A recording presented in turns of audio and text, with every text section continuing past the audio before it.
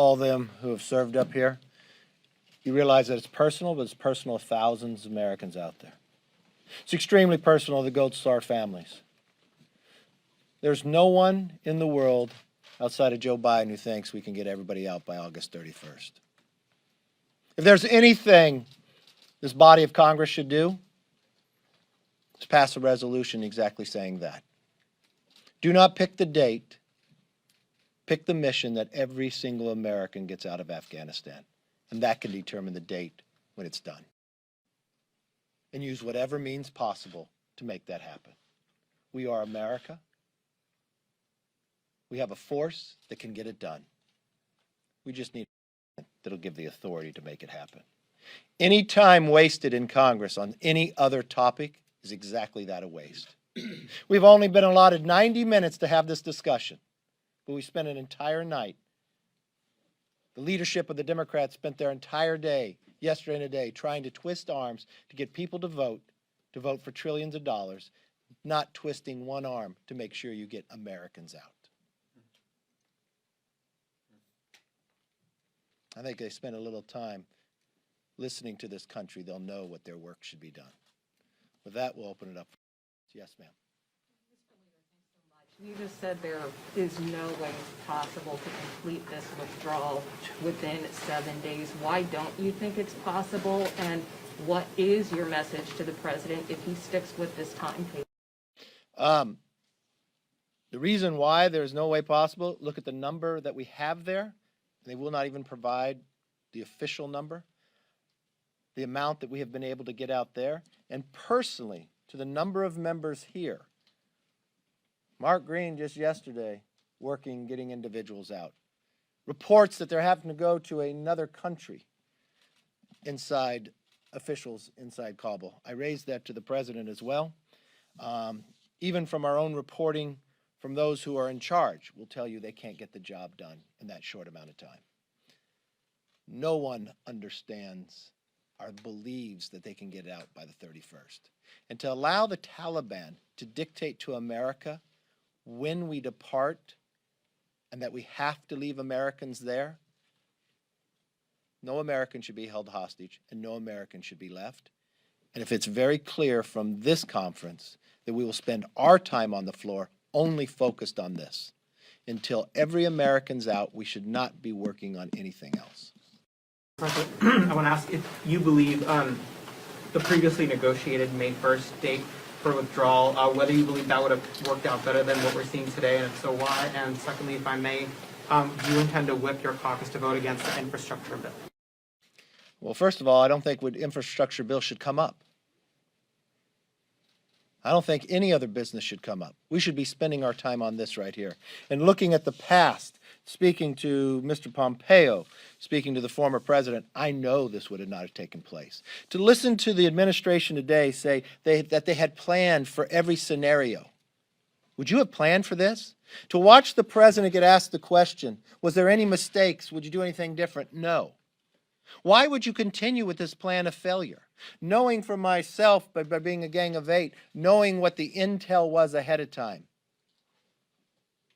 you knew that this was an option, that it would fall this fast. You watch, why not after the first city? Why not after the Taliban broke the agreement they had before? Why didn't you come back with force? Why would you leave and take the military out and leave the citizens there? Why would you leave in the middle of the night the base and not tell our allies? Our allies went there to protect us because of 9/11, because of the respect they have for America. Our own allies today that have risked their lives and their citizenry are asking us to stay longer. I will tell them we hear them and we believe we should. We should keep our promise. What is happening today won't go away in a week. It will be decades. The idea where you heard Jim Banks talk about the weaponry that they have, that it is reported that the Taliban now has more Black Hawk helicopters than Australia. Someone to say, oh, they can't fly them. If they can learn, or they can sell them to Iran or China or others. If you think Afghanistan is far away, remember what happened 20 years ago. If you think Afghanistan is far away, understand what's happened to our borders today. It is publicly reported, yes, we've caught people on the terrorist watch list, and they didn't come from Central America. The report is from Yemen. You just had 5,000 prisoners released. They know how to come here. They have a mission on their hands. So not only should we make sure every American is taken out of Afghanistan, we should secure our borders, and we should do it today. Yes, ma'am. You projected confidence that you're going to take back the majority. Next election cycle, if Republicans do win, will you be examining this? Will it be investigated?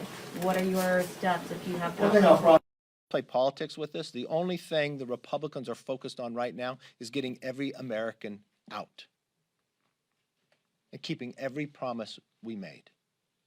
We will hold, when we're in the minority and when we're in the majority, we will hold people accountable for the mistakes that were made, the plans that were carried through now. Why weren't they changed? This tarnished the reputation of America for decades to come, and people should be held accountable. Yes, sir. If you could talk about in terms of what the intelligence was leading up to this decision-making process. The President, the State Department have said that their intelligence didn't reflect that there would have been such a precipitous takeover by the Taliban, but yesterday even Democrats on the House Intelligence Committee said that going 6 months back there were warnings that there was a problem. Is that what you got from this briefing? You had both DNI and the State Department and White House officials in this meeting today. Was there a disconnect in the room today when they were talking about this? I would leave you simply to President Biden's press conference in July, what he told the American public. And no, they'd be able to fight. There's no chance of it collapsing. I happen to be the member of the Gang of Eight. I've had intel briefings. I never believed what he was saying there was the briefings that I was requiring. You have the ranking member of Armed Services, Mr. Rogers. Been briefed in a different manner that he's publicly said. Either Joe Biden made a different decision based upon the briefing that he was given, and this is another thing of why we need accountability. What information has been provided to this president? When the president just a few days ago told the American public there was no Al-Qaeda, just less than an hour later, he was contradicted by his own administration to our conference. When he told the American public that he has no report of Americans having problems getting to the airport in Kabul. We had our own reports that that was different. In less than an hour, we were told, no, Americans shouldn't go, they were being beaten.